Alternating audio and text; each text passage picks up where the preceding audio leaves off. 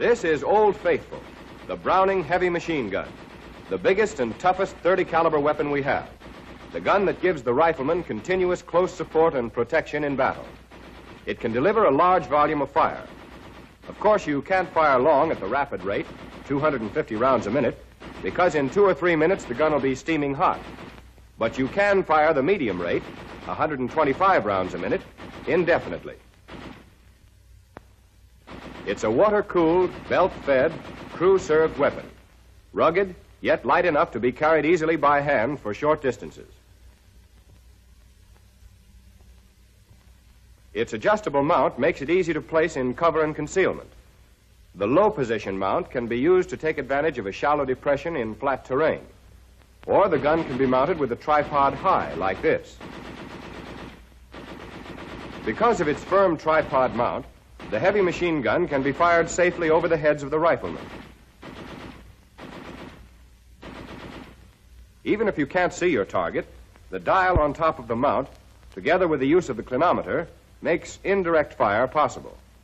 Likewise, by use of data prepared in advance, the guns can be fired accurately at night, through smoke, or at other times of poor visibility.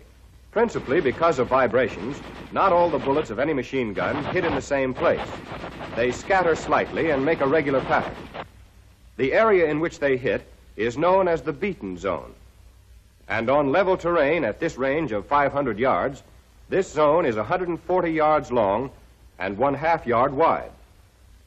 Clearly, because of the shape of the beaten zone, the heavy machine gun does the most damage with enfilade or oblique fire. Suppose your target is this enemy squad position. You're here. If you fire now, your bullets will hit only a small portion of the target.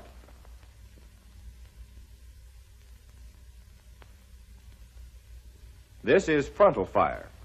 But now move the gun toward a flank. You can see how much more of your fire is placed effectively on the enemy position. This is called oblique fire. Now look at an example of enfilade fire. Nearly all your shots land just where you want them, right in among the enemy. Only the slightest amount of traverse is necessary to cover his whole position. Rifle companies have machine guns too, light machine guns. But these move right up with the riflemen.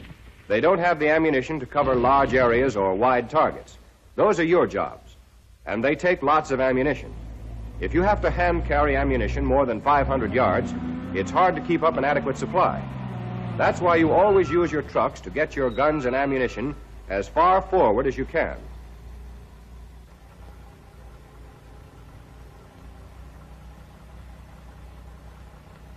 On the march, the heavy machine guns provide protection against enemy planes. They take positions along the route and leapfrog forward from position to position as the column advances.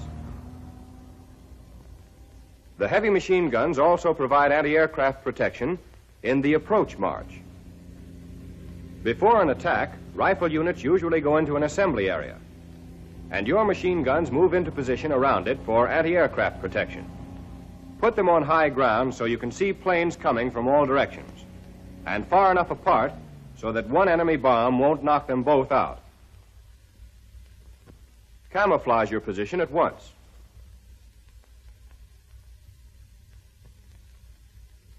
Make full use of existing cover. If you can't find a hole or ditch like this, dig in. Don't shoot at planes that just happen to fly over. You'll disclose the assembly area and may give away information vital to the enemy. But if they attack the assembly area, fight them off.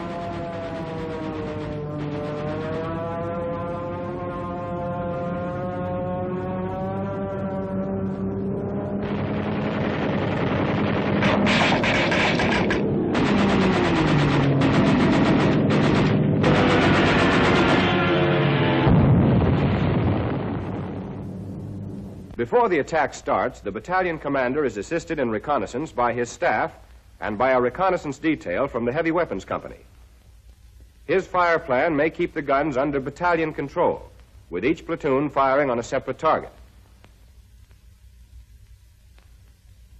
Or both platoons firing on the same target.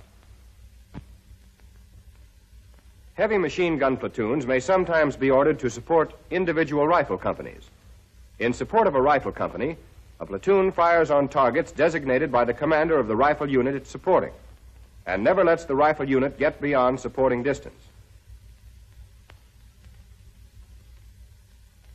Machine guns are sometimes attached to the rifle unit, usually in an attack through rugged country like this, where it's difficult to keep contact with the rifleman. They move right with the rifle unit and take their orders from its commander as if they were part of his company. After receiving the attack order, the platoon leader, with his instrument corporal and a messenger, reconnoiters the area assigned. He locates targets he has been told to engage. He picks areas in which each section will place its guns so they can deliver effective fire support.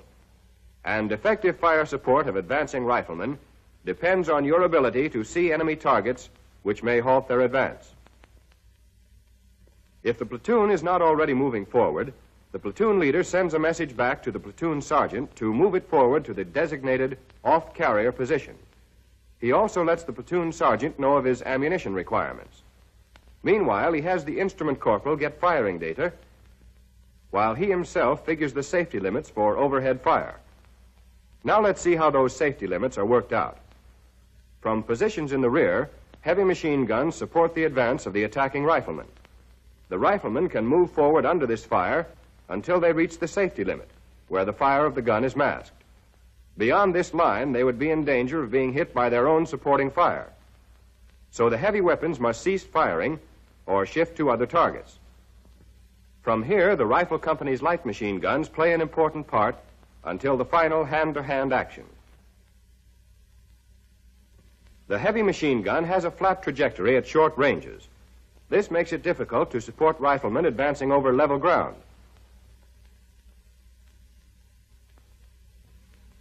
When there's no high ground in the rear, the guns must be moved way back to deliver overhead fire.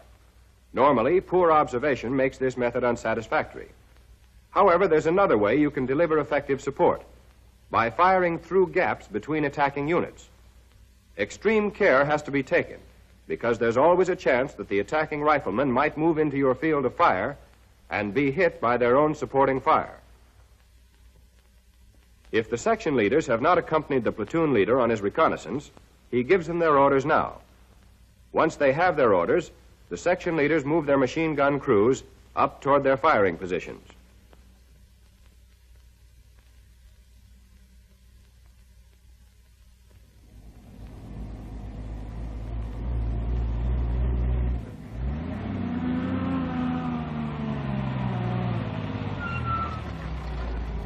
The trucks are halted in cover at the off-carrier position, which is as close behind the gun positions as the trucks can be brought with safety. From here, the guns are carried up to the firing positions by hand. As you move toward your firing position, don't bunch up to make a target for shells or bullets. Take advantage of concealment. Make sure the enemy can't see you, either from the ground or from the air.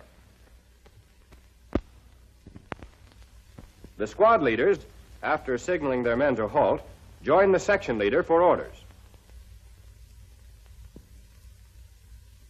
The section leader tells them where to place their guns and designates targets. To facilitate ammunition supply, fire control, and continuity of fire, the two guns of the section operate together on the same mission. That doesn't mean they're side by side. They're placed at least 30 yards apart. It's up to the squad leader to choose the exact spot for his gun.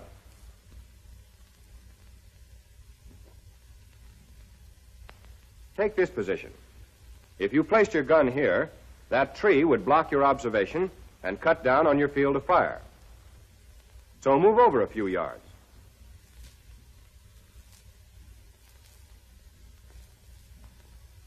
Now the tree isn't in your way. When the squad leader is satisfied with the position, he has the gun mounted.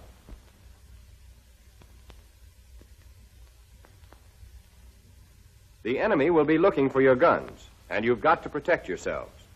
So, whenever possible, the gun is set up in defilade. In a position offering partial defilade, like this, the gunner can observe his fire with only the sights and his head exposed to enemy small arms fire. Now move the gun back a few yards, and you get position defilade. almost complete cover from small arms fire. In a position like this, the gunner can't see the target, so the squad leader gets a spot where he can see it and adjusts the fire. Cover is vital to your protection.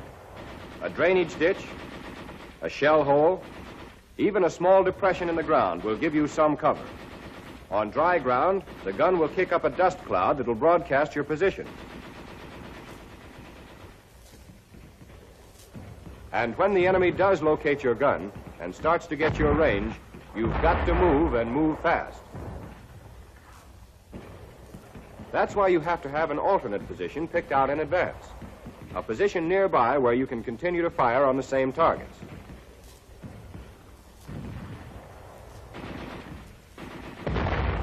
You should have a covered approach to your alternate position.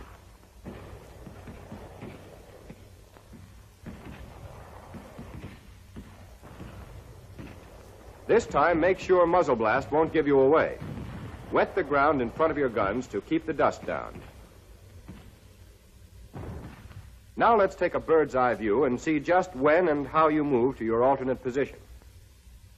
From your primary position on this hill, your guns were firing on the target area here.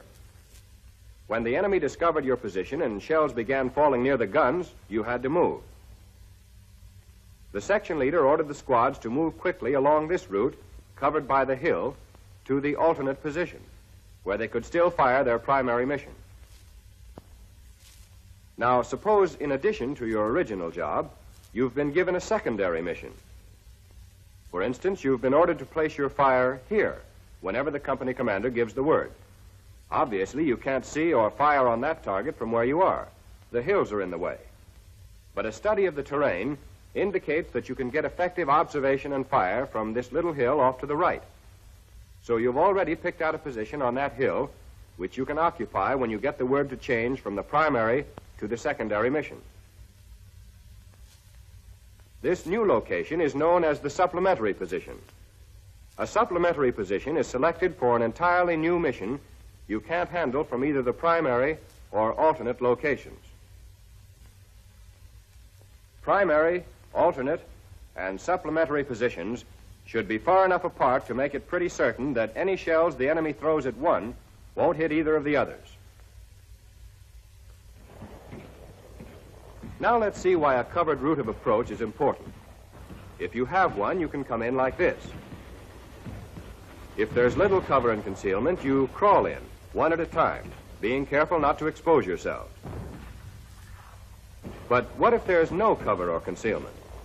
Here's some open country which the enemy can watch. Your job is to move your guns into position on that ridge to the front and fire this way. Looks tough crossing that open space between where you are and the ridge, doesn't it?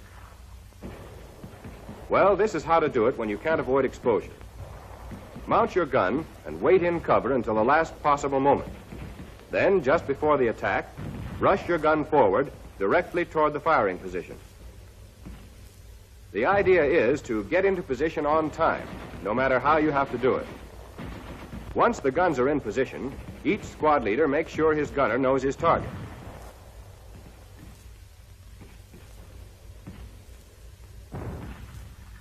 If necessary, he aims the gun on the target himself.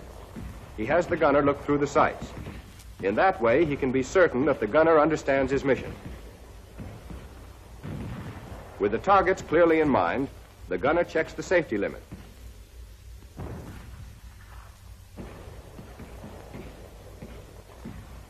Now everything's ready for the attack. The platoon leader checks his time. H hour. He signals the section leader. The section leader signals his squads. All guns open up at the same time to surprise the enemy with a sudden, overwhelming concentration of fire. You want to kill as many as you can in the first few bursts and make the rest of them take cover. When you've got the enemy pinned down, there's no need to waste ammunition.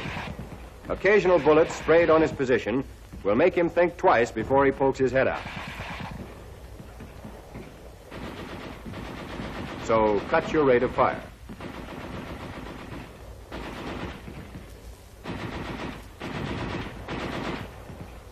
This gun has a stoppage.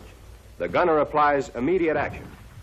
If that fails, the section leader has the other gun fire faster to cover the target while the first gun is being put back into action. Each squad leader is near his gun, constantly observing its fire. If the gun isn't hitting its target, he must correct it in a hurry. He's alert for signals from the section leader, who is someplace between his two guns, so he can see them, control them, and keep contact with the platoon leader, who controls both sections, looks for new targets, and studies the ground ahead to pick new firing positions and to choose the best routes to them. To give the attacking riflemen continuous close support, you must have constant contact with them. At least one man from your platoon is sent with the rifle unit. He sticks close to its commander. What happens if the advance is held up by something like this enemy machine gun? Well, here's what happens. The rifle company commander uses the man from your platoon as a messenger. He says something like this: "That machine gun is slowing up our advance. Get back to your platoon and see what they can do about it." The messenger goes to the platoon leader and points out the target to him. He goes to warn one section, while the platoon leader takes the other section. The gunner is told to shift to the new target.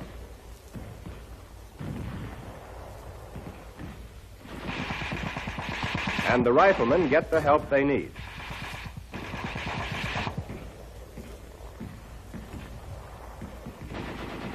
But machine gun crews don't just sit around and wait for riflemen to ask for help. They watch constantly, spot danger areas in their section, and estimate ranges to them. Then, if a worthwhile target pops up, they're ready for it.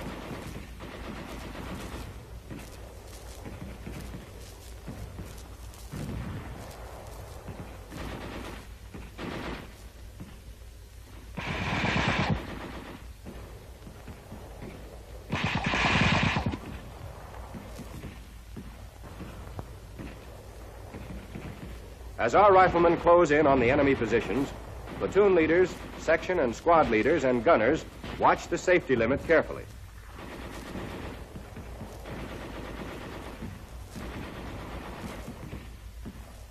As soon as the foot troops reach it, cease firing.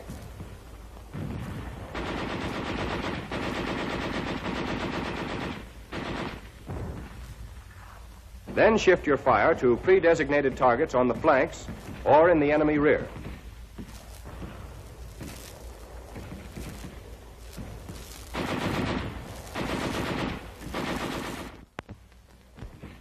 The platoon leader normally displaces his platoon forward one section at a time.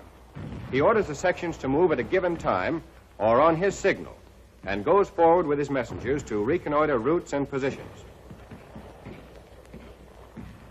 Then, at the proper time, the section leader of the leading section signals out of action. His section goes out of action and moves forward. The other section takes over all fire missions and stays in position while the first section is moving up. This way, you always have two guns in position ready to fire. They're protected against enemy counterattack, and each machine gun section covers the other while it displaces forward. At the new position, the leader of the first section gets his orders from the platoon leader and moves his guns into action.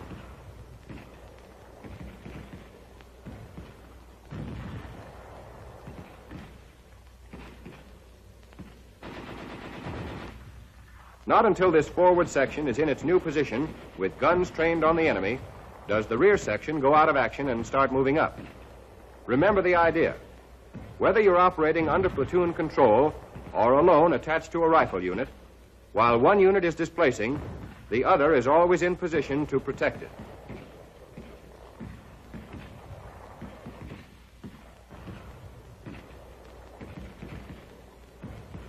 When you move, move fast.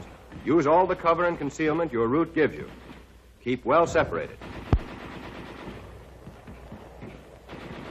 While displacing forward, leaders look for gun positions along the route, ready to go into action at any instant. It pays off when there's a counterattack. The guns already in position can let them have it. But what about the section that's displacing? This section leader can make a quick decision because he has already spotted gun positions. A machine gun doesn't do any good while it's on somebody's back. So the idea is to get it firing and do it fast.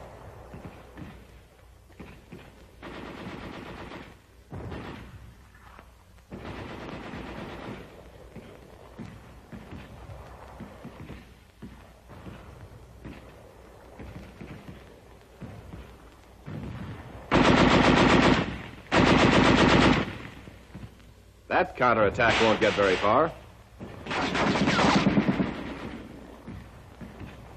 When our rifle units capture their objective, the machine guns move into position to fire on the enemy and protect the rifle unit while it reorganizes. Get into position fast and get set to take on all comers, both from the air and on the ground.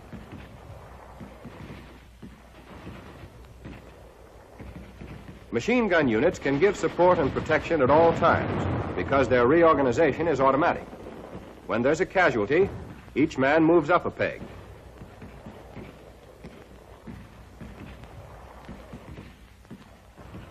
Company aid men take care of the wounded. That's their job. Let them do it when you're needed at a gun. Learn these things now. To know your own job is not enough. Someday you may find yourself acting as squad leader or section leader, maybe in command of your platoon. If you do, you'll have to remember these things. In selecting your gun position, first of all, make sure you have a good field of fire and good observation. Protect yourself. Use all the cover and concealment you can get. Get into position on time and without being seen. Observe your fire to make sure you hit your target. Keep that gun constantly supplied with ammunition, and don't waste it. Always have your guns in position ready to fire. And when you move forward to new positions, move fast. Your job is to help the riflemen every minute and to protect them from whatever the enemy throws at them. Your machine guns are part of a big team. They're important. They can't win battles by themselves, but they can pave the way. They can pin the enemy down so the rifleman can wade in and polish him off.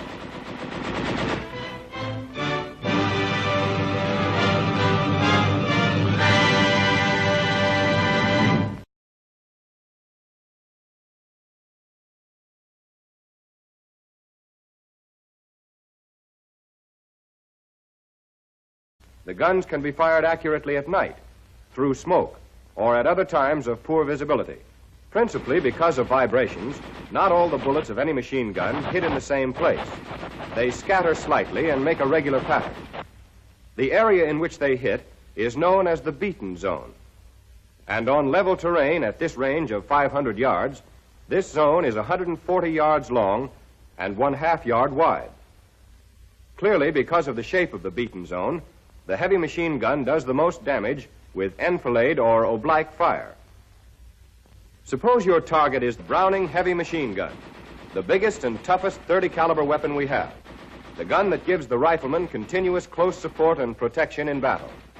It can deliver a large volume of fire.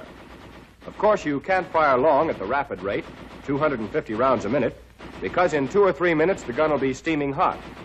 But you can fire the medium rate, 125 rounds a minute, indefinitely. It's a water-cooled, belt-fed, crew-served weapon. Rugged, yet light enough to be carried easily by hand for short distances. Its adjustable mount makes it easy to place in cover and concealment. The low position mount can be used to take advantage of a shallow depression in flat terrain. Or the gun can be mounted with a tripod high, like this. Because of its firm tripod mount, the heavy machine gun can be fired safely over the heads of the riflemen. Even if you can't see your target, the dial on top of the mount, together with the use of the clinometer, makes indirect fire possible. Likewise, by use of data prepared in advance, this enemy squad position. You're here.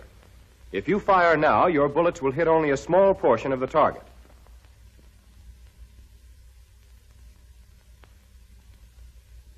This is frontal fire. But now move the gun toward a flank. You can see how much more of your fire is placed effectively on the enemy position. This is called oblique fire.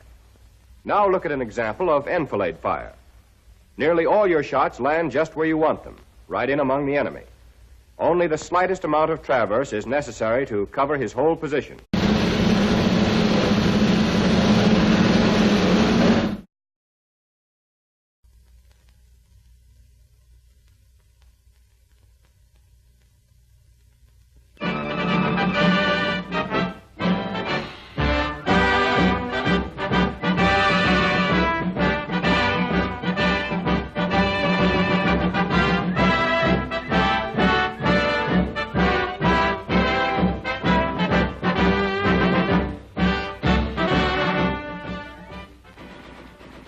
This is Old Faithful.